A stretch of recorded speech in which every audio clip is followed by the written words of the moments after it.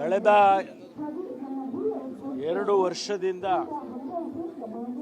ಏನು ಮುಖ್ಯಮಂತ್ರಿಗಳ ಪದಕವನ್ನು ಪೊಲೀಸ್ ಇಲಾಖೆಯಲ್ಲಿ ಕೊಡ್ತಾ ಇದ್ವು, ಅದು ಅನೇಕ ಕಾರಣಗಳಿಂದ ಮಧ್ಯದಲ್ಲಿ ಚುನಾವಣೆ ಬಂತು ಮತ್ತು ಬೇರೆ ಬೇರೆ ಕಾರಣಗಳಿಂದ 3 ವರ್ಷದಿಂದ ಕೊಟ್ಟಿರಲಿಲ್ಲ, 2 ವರ್ಷದಿಂದ.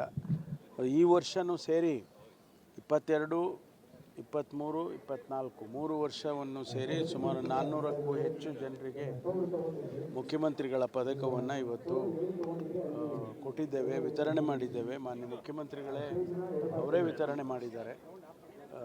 ಈ ಕಾರ್ಯಕ್ರಮ ಭಾಳ ನಮ್ಮ ಇಲಾಖೆಗೆ ಭಾಳ ಒಂದು ಮೆರುಗನ್ನು ತರ್ತಕ್ಕಂಥ ಕಾರ್ಯಕ್ರಮ. ಮುಂದಿನ ದಿನಗಳಲ್ಲಿ ವರ್ಷವೂ ಕೂಡ ಯಾವುದು ಚುನಾವಣೆ ಅಡ್ಡ ಬರದೇ ಇದ್ದರೆ ವರ್ಷವೂ ಕೂಡ ಅದನ್ನು ಕೊಡ್ತೇವೆ. ಇದು ಒಂದು ರೀತಿಯಲ್ಲಿ ಅವರು ಮಾಡಿರ್ತಕ್ಕಂಥ ನಿಸ್ವಾರ್ಥ ಸೇವೆ, ಪ್ರಾಮಾಣಿಕ ಸೇವೆ. ಅದಕ್ಕಾಗಿ ಅವರಿಗೆ ಉತ್ತೇಜನಕ್ಕಾಗಿ ಇದನ್ನು ಕೊಟ್ಟಿದ್ದೇವೆ. ಇವತ್ತು ವಕ್ಫ್ ತಿದ್ದುಪಡಿ ಮಸೂದೆ ಲೋಕಸಭೆಯಲ್ಲಿ ಮಂಡನೆ ಆಗ್ತಾ ಇದೆ. ಸೊ ಕಾಂಗ್ರೆಸ್ ಸೇರಿದಂತೆ ಇತರ ಪಕ್ಷಗಳು ಕೂಡ ವಿರೋಧ ವ್ಯಕ್ತಪಡಿಸ್ತಾ ಇಲ್ಲ. ಈಗಾಗಲೇ ನಮ್ಮ ಅಖಿಲ ಭಾರತ ಕಾಂಗ್ರೆಸ್ ಪಕ್ಷದ ಮುಖಂಡರುಗಳೆಲ್ಲ ಹೇಳಿದ್ದಾರೆ. ವಕ್ಫ್ ಬಿಲ್ಲನ್ನೇನು ಅವರು ಮಸೂದೆಯನ್ನು ತಂದಿದ್ದಾರೆ, ಅನೇಕ ತಿದ್ದುಪಡಿಗಳಾಗಬೇಕಾಗಿದೆ. ಅದರಲ್ಲಿ ಎಲ್ಲರ ಮನಸ್ಸಿಗೂ ಕೂಡ ತೃಪ್ತಿಯಾಗುವಂಥ ಮಸೂದೆ ಅಲ್ಲ ಅದು ಅಂತ ಹೇಳಿ ಈಗಾಗಲೇ ನಮ್ಮ ಪಕ್ಷದ ಮುಖಂಡರುಗಳು ಪ್ರತಿಕ್ರಿಯೆ ಮಾಡಿದ್ದಾರೆ. ಇಡೀ ದೇಶದಲ್ಲಿ ಅದಕ್ಕೆ ಒಂದು ರೀತಿಯಲ್ಲಿ ವಿರುದ್ಧವಾದಂಥ ಪ್ರತಿಕ್ರಿಯೆ ಆಗ್ತಾ ಇದೆ. ಅದರಲ್ಲೂ ವಿಶೇಷವಾಗಿ ಮುಸ್ಲಿಂ ಸಮುದಾಯದವರು ಅದನ್ನು ಒಪ್ಕೊಂಡಿಲ್ಲ. ಹಾಗಾಗಿ ಇವತ್ತು ಆ ಮಸೂದೆಯನ್ನು ನಮ್ಮ ಪಕ್ಷದವರು ವಿರೋಧಿಸ್ತಾರೆ. ಬೆಲೆ ಏರಿಕೆಗೆ ಸಂಬಂಧಪಟ್ಟಂತೆ ಬಿಜೆಪಿಯಿಂದ ಪ್ರತಿಭಟನೆ ಕರೆ ಕೊಟ್ಟಿದ್ದಾರೆ. ಡೀಸೆಲ್ ಕೂಡ ಇಲ್ಲ, ಬೆಲೆ ಏರಿಕೆ ಯಾಕಾಗಿದೆ, ಎಲ್ಲಿಂದ ಆಗಿದೆ? ಮೂಲತಃ ಕೇಂದ್ರ ಸರ್ಕಾರದ ನೀತಿಗಳು ಇವತ್ತು ಬೆಲೆ ಏರಿಕೆಗಳನ್ನು ಮಾಡ್ತಕ್ಕಂಥ ರೀತಿಯಲ್ಲಿ ಆಗಿದ್ದಾವೆ. ಇಡೀ ದೇಶದಲ್ಲೇ ಆಗಿದೆ, ಇದು ಬರೀ ಕರ್ನಾಟಕದಲ್ಲಿ ಮಾತ್ರ ಅಲ್ಲ. ಅದರಿಂದ ಅವರು ಸರಿಪಡಿಸ್ಕೊಡ್ಬೇಕಲ್ವಾ? ಕೇಂದ್ರ ಸರ್ಕಾರಗಳು ಯಾವುದೇ ಸರ್ಕಾರ ಬಂದಾಗ ರಾಜ್ಯ ಸರ್ಕಾರದನ್ನು ನಮ್ಮ ಫೆಡರಲ್ ಸ್ಟ್ರಕ್ಚರ್ನಲ್ಲಿ ಆ ಸಂಬಂಧ ಇದೆಯಲ್ಲ, ರಾಜ್ಯ ಮತ್ತು ಕೇಂದ್ರದ ಸಂಬಂಧ, ಆ ಸಂಬಂಧ ಸರಿಯಾಗಿಲ್ಲದೆ ಇದ್ದಾಗ ಈ ರೀತಿ ಆಗುತ್ತೆ. ನಮಗೆ ಬರ್ತಕ್ಕಂಥ ಟ್ಯಾಕ್ಸಿಗೆ, ನಾವು ಕೊಟ್ಟಂಥ ಟ್ಯಾಕ್ಸಿಗೆ ನಮಗೆ ಕೊಡುವಂಥ ಹಣ ಏನಿದೆ ಅದು ಸರಿಯಾಗಿ ಮತ್ತು ಸರಿಯಾದ ಸಂದರ್ಭಕ್ಕೆ ಒಂದು ಕ್ಯಾಲ್ಕುಲೇಷನ್ಸ್ ಮಾಡಿದರೆ ನಮಗೆ ಹೆಚ್ಚು ಹಣ ಬರಬೇಕಲ್ವ? ಹಾಗಾಗಿ ನಾವು ಇಷ್ಟೊಂದು 20,000ಕ್ಕೂ ಹೆಚ್ಚು ಕೋಟಿಗಳನ್ನು ನಾವು ಟ್ಯಾಕ್ಸ್ ರೂಪದಲ್ಲಿ ಕೊಟ್ಟಾಗ ರಾಜ್ಯ ಸರ್ಕಾರಕ್ಕೆ ಅದಕ್ಕೆ ಏನು ಪ್ರಾಮಾಣಿಕವಾಗಿ ಕೊಡಬೇಕಾಗುತ್ತೆ. ಅದರಿಂದ ಅದು ಕೊಡಲಿಲ್ಲ ಅಂತ ಹೇಳಿದಾಗ ನಮ್ಮ ರಿಸೋರ್ಸನ್ನು ನೀವು ಜಾಸ್ತಿ ಮಾಡ್ಕೊಳ್ಳಿ ಅಂದಾಗ ನಾವು ಅನಿವಾರ್ಯವಾಗಿ ಕೆಲವು ಬೆಲೆಗಳನ್ನು ಮಾಡಬೇಕಾಗುತ್ತೆ, ಮಾಡಿದ್ದಾರೆ. ಗ್ಯಾರಂಟಿ ಸರಿದೂಗಿಸಲು ಇದೆಲ್ಲ ಮಾಡ್ತೀವಿ ಅಂತ ಬಿಜೆಪಿ. ಗ್ಯಾರಂಟಿ ನಾವು ಬಡ್ಜೆಟ್ನಲ್ಲೇ ತಿಳಿಸಿದ್ದೇವೆ, ನಾವೇನು ಕದ್ದು ಮುಚ್ಚಿ ಮಾಡ್ತಾ ಇಲ್ಲ. ಗ್ಯಾರಂಟಿಯನ್ನು ಬಡ್ಜೆಟ್ನಲ್ಲಿ, ನಮ್ಮ ಬಡ್ಜೆಟ್ರಿ ಅಲೊಕೇಶನ್ನಲ್ಲಿ ಇವತ್ತೇನು 4,09,000 ಕೋಟಿ ಬಡ್ಜೆಟ್ ಕೊಟ್ಟಿದ್ದಾರೆ ಮುಖ್ಯಮಂತ್ರಿಗಳು. ಆ ಬಡ್ಜೆಟ್ನಲ್ಲೇ 51,000 ಕೋಟಿ ರೂಪಾಯಿಯನ್ನು ಗ್ಯಾರಂಟಿಗೆ ತೆಗೆದಿಟ್ಟಿದ್ದಾರೆ. ಅದಕ್ಕೂ ಯಾವುದೇ ಸಂಬಂಧ ಇಲ್ಲ. ಸರ್, ಇದು ಕರ್ನಾಟಕದಲ್ಲಿ ಪೊಲೀಸ್ ಸ್ಪೋರ್ಟ್ಸ್ ಬೋರ್ಡನ್ನು ಕ್ಲೋಸ್ ಮಾಡಿ ಅಲ್ಲಿರೋನೆಲ್ಲ ರಿವ್ಯೂ ಮಾಡಿದ್ದಾರೆ ಅಂತ ಹೇಳಿ ಇದೆ. ಯಾವುದು ಪೊಲೀಸ್ ಸ್ಪೋರ್ಟ್ಸ್ ಬೋರ್ಡ್ ಇದೆಯಲ್ಲ ಸರ್ ನಮ್ಮಲ್ಲಿ, ಸೊ ಅದನ್ನು ಕ್ಲೋಸ್ ಮಾಡಿದ್ದಾರೆ ಅಂತ ಹೇಳ್ತಿದ್ದಾರೆ. ಇಲ್ಲ, ನಾವು ಈಗ ಅನೇಕ ಬದಲಾವಣೆಗಳನ್ನು ಮಾಡ್ತಾ ಇರ್ತಾರೆ.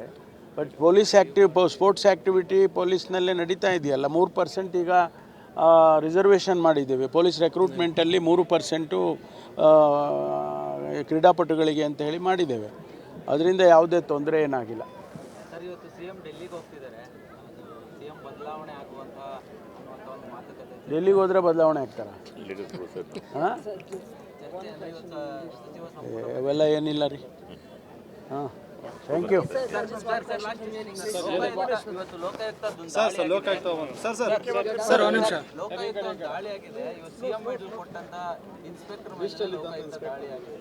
ಇಲ್ಲ, ನನಗೂ ಅದು ಗಮನಕ್ಕೆ ಬಂದಿದೆ.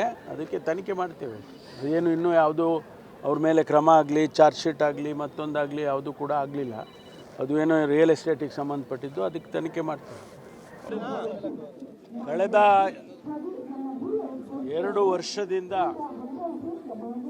ಏನು ಮುಖ್ಯಮಂತ್ರಿಗಳ ಪದಕವನ್ನು ಪೊಲೀಸ್ ಇಲಾಖೆಯಲ್ಲಿ ಕೊಡ್ತಾ ಇದ್ವು, ಅದು ಅನೇಕ ಕಾರಣಗಳಿಂದ ಮಧ್ಯದಲ್ಲಿ ಚುನಾವಣೆ ಬಂತು ಮತ್ತು ಬೇರೆ ಬೇರೆ ಕಾರಣಗಳಿಂದ 3 ವರ್ಷದಿಂದ ಕೊಟ್ಟಿರಲಿಲ್ಲ, 2 ವರ್ಷದಿಂದ. ಈ ವರ್ಷವೂ ಸೇರಿ 22, 23, 24 3 ವರ್ಷವನ್ನು ಸೇರಿ ಸುಮಾರು 400ಕ್ಕೂ ಹೆಚ್ಚು ಜನರಿಗೆ ಮುಖ್ಯಮಂತ್ರಿಗಳ ಪದಕವನ್ನು ಇವತ್ತು ಕೊಟ್ಟಿದ್ದೇವೆ, ವಿತರಣೆ ಮಾಡಿದ್ದೇವೆ. ಮಾನ್ಯ ಮುಖ್ಯಮಂತ್ರಿಗಳೇ ಅವರೇ ವಿತರಣೆ ಮಾಡಿದ್ದಾರೆ. ಈ ಕಾರ್ಯಕ್ರಮ ಭಾಳ ನಮ್ಮ ಇಲಾಖೆಗೆ ಭಾಳ ಒಂದು ಮೆರುಗನ್ನು ತರ್ತಕ್ಕಂಥ ಕಾರ್ಯಕ್ರಮ.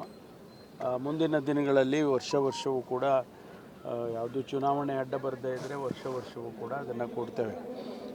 ಇದು ಒಂದು ರೀತಿಯಲ್ಲಿ ಅವರು ಮಾಡಿರ್ತಕ್ಕಂಥ ನಿಸ್ವಾರ್ಥ ಸೇವೆ, ಪ್ರಾಮಾಣಿಕ ಸೇವೆ. ಅದಕ್ಕಾಗಿ ಅವರಿಗೆ ಉತ್ತೇಜನಕ್ಕಾಗಿ ಇದನ್ನು ಕೊಟ್ಟಿದ್ದೇವೆ.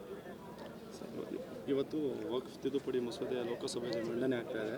ಸೊ ಕಾಂಗ್ರೆಸ್ ಸೇರಿದಂತೆ ಇತರ ಪಕ್ಷಗಳು ಕೂಡ ವಿರೋಧ ವ್ಯಕ್ತಪಡಿಸ್ತಾ ಇದೆ. ಇಲ್ಲ, ಈಗಾಗಲೇ ನಮ್ಮ ಅಖಿಲ ಭಾರತ ಕಾಂಗ್ರೆಸ್ ಪಕ್ಷದ ಮುಖಂಡರುಗಳೆಲ್ಲ ಹೇಳಿದ್ದಾರೆ.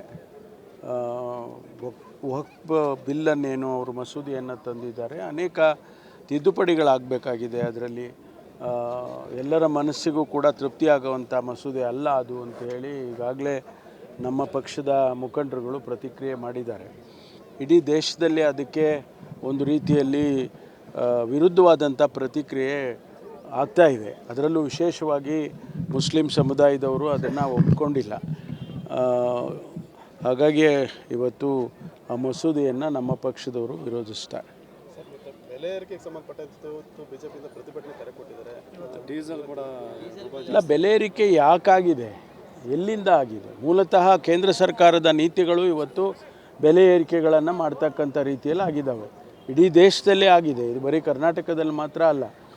ಅದರಿಂದ ಅವರು ಸರಿಪಡಿಸ್ಕೊಡ್ಬೇಕಲ್ವಾ? ಕೇಂದ್ರ ಸರ್ಕಾರಗಳು ಯಾವುದೇ ಸರ್ಕಾರ ಬಂದಾಗ ರಾಜ್ಯ ಸರ್ಕಾರದನ್ನು ನಮ್ಮ ಫೆಡರಲ್ ಸ್ಟ್ರಕ್ಚರ್ನಲ್ಲಿ ಆ ಸಂಬಂಧ ಇದೆಯಲ್ಲ, ರಾಜ್ಯ ಮತ್ತು ಕೇಂದ್ರದ ಸಂಬಂಧ, ಆ ಸಂಬಂಧ ಸರಿಯಾಗಿಲ್ಲದೆ ಇದ್ದಾಗ ಈ ರೀತಿ ಆಗುತ್ತೆ. ನಮಗೆ ಬರ್ತಕ್ಕಂಥ ಟ್ಯಾಕ್ಸಿಗೆ, ನಾವು ಕೊಟ್ಟಂಥ ಟ್ಯಾಕ್ಸಿಗೆ ನಮಗೆ ಕೊಡುವಂಥ ಹಣ ಏನಿದೆ ಅದು ಸರಿಯಾಗಿ ಮತ್ತು ಸರಿಯಾದ ಸಂದರ್ಭಕ್ಕೆ ಒಂದು ಕ್ಯಾಲ್ಕುಲೇಷನ್ಸ್ ಮಾಡಿದರೆ ನಮಗೆ ಹೆಚ್ಚು ಹಣ ಬರಬೇಕಲ್ವ? ಹಾಗಾಗಿ ನಾವು ಇಷ್ಟೊಂದು 20,000ಕ್ಕೂ ಹೆಚ್ಚು ಕೋಟಿಗಳನ್ನು ನಾವು ಟ್ಯಾಕ್ಸ್ ರೂಪದಲ್ಲಿ ಕೊಟ್ಟಾಗ ರಾಜ್ಯ ಸರ್ಕಾರಕ್ಕೆ ಅದಕ್ಕೆ ಏನು ಪ್ರಾಮಾಣಿಕವಾಗಿ ಕೊಡಬೇಕಾಗುತ್ತೆ. ಅದರಿಂದ ಅದು ಕೊಡಲಿಲ್ಲ ಅಂತ ಹೇಳಿದಾಗ ನಮ್ಮ ರಿಸೋರ್ಸನ್ನು ನೀವು ಜಾಸ್ತಿ ಮಾಡ್ಕೊಳ್ಳಿ ಅಂದಾಗ ನಾವು ಅನಿವಾರ್ಯವಾಗಿ ಕೆಲವು ಬೆಲೆಗಳನ್ನು ಮಾಡಬೇಕಾಗುತ್ತೆ, ಮಾಡಿದ್ದಾರೆ. ಗ್ಯಾರಂಟಿ ಸರಿದೂಗಿಸಲು ಇದೆಲ್ಲ ಮಾಡುತ್ತೀವಿ ಅಂತ ಬಿಜೆಪಿ. ಗ್ಯಾರಂಟಿ ನಾವು ಬಡ್ಜೆಟ್ನಲ್ಲೇ ತಿಳಿಸಿದ್ದೇವೆ, ನಾವೇನು ಕದ್ದು ಮುಚ್ಚಿ ಮಾಡ್ತಾ ಇಲ್ಲ. ಗ್ಯಾರಂಟಿಯನ್ನು ಬಡ್ಜೆಟ್ನಲ್ಲಿ, ನಮ್ಮ ಬಡ್ಜೆಟ್ರಿ ಅಲೊಕೇಶನ್ನಲ್ಲಿ ಇವತ್ತೇನು 4,09,000 ಕೋಟಿ ಬಡ್ಜೆಟ್ ಕೊಟ್ಟಿದ್ದಾರೆ ಮುಖ್ಯಮಂತ್ರಿಗಳು. ಆ ಬಡ್ಜೆಟ್ನಲ್ಲೇ 51,000 ಕೋಟಿ ರೂಪಾಯಿಯನ್ನು ಗ್ಯಾರಂಟಿಗೆ ತೆಗೆದಿಟ್ಟಿದ್ದಾರೆ. ಅದಕ್ಕೂ ಯಾವುದೇ ಸಂಬಂಧ ಇಲ್ಲ. ಸರ್, ಇದು ಕರ್ನಾಟಕದಲ್ಲಿ ಪೊಲೀಸ್ ಸ್ಪೋರ್ಟ್ಸ್ ಬೋರ್ಡನ್ನು ಕ್ಲೋಸ್ ಮಾಡಿ ಅಲ್ಲಿರೋನೆಲ್ಲ ರಿವ್ಯೂ ಮಾಡಿದ್ದಾರೆ ಅಂತ ಹೇಳಿ ಇದೆ. ಯಾವುದು ಪೊಲೀಸ್ ಒಂದು ಸ್ಪೋರ್ಟ್ಸ್ ಬೋರ್ಡ್ ಇದ್ದಾರೆ ಸರ್ ನಮ್ಮಲ್ಲಿ, ಸೊ ಅದನ್ನು ಕ್ಲೋಸ್ ಮಾಡಿದ್ದಾರೆ ಅಂತ ಹೇಳ್ತಿದ್ದಾರೆ. ಇಲ್ಲ, ನಾವು ಈಗ ಅನೇಕ ಬದಲಾವಣೆಗಳನ್ನು ಮಾಡ್ತಾ ಇರ್ತಾರೆ. ಬಟ್ ಸ್ಪೋರ್ಟ್ಸ್ ಆ್ಯಕ್ಟಿವಿಟಿ ಪೊಲೀಸ್ನಲ್ಲೇ ನಡೀತಾ ಇದೆಯಲ್ಲ. 3% ಈಗ ರಿಸರ್ವೇಷನ್ ಮಾಡಿದ್ದೇವೆ ಪೊಲೀಸ್ ರೆಕ್ರೂಟ್ಮೆಂಟಲ್ಲಿ. 3% ಕ್ರೀಡಾಪಟುಗಳಿಗೆ ಅಂತ ಹೇಳಿ ಮಾಡಿದ್ದೇವೆ. ಅದರಿಂದ ಯಾವುದೇ ತೊಂದರೆ ಏನಾಗಿಲ್ಲ. ಸರ್, ಇವತ್ತು ಸಿಎಂ ಡೆಲ್ಲಿಗೆ ಹೋಗ್ತಿದ್ದಾರೆ. ಸಿಎಂ ಬದಲಾವಣೆ ಆಗುವಂಥ ಒಂದು ಮಾತುಕತೆ. ಡೆಲ್ಲಿಗೆ ಹೋದರೆ ಬದಲಾವಣೆ ಆಗ್ತಾರಾ? ಹಾಂ, ಅವೆಲ್ಲ ಏನಿಲ್ಲ ರೀ. ಹಾಂ, ಥ್ಯಾಂಕ್ ಯು.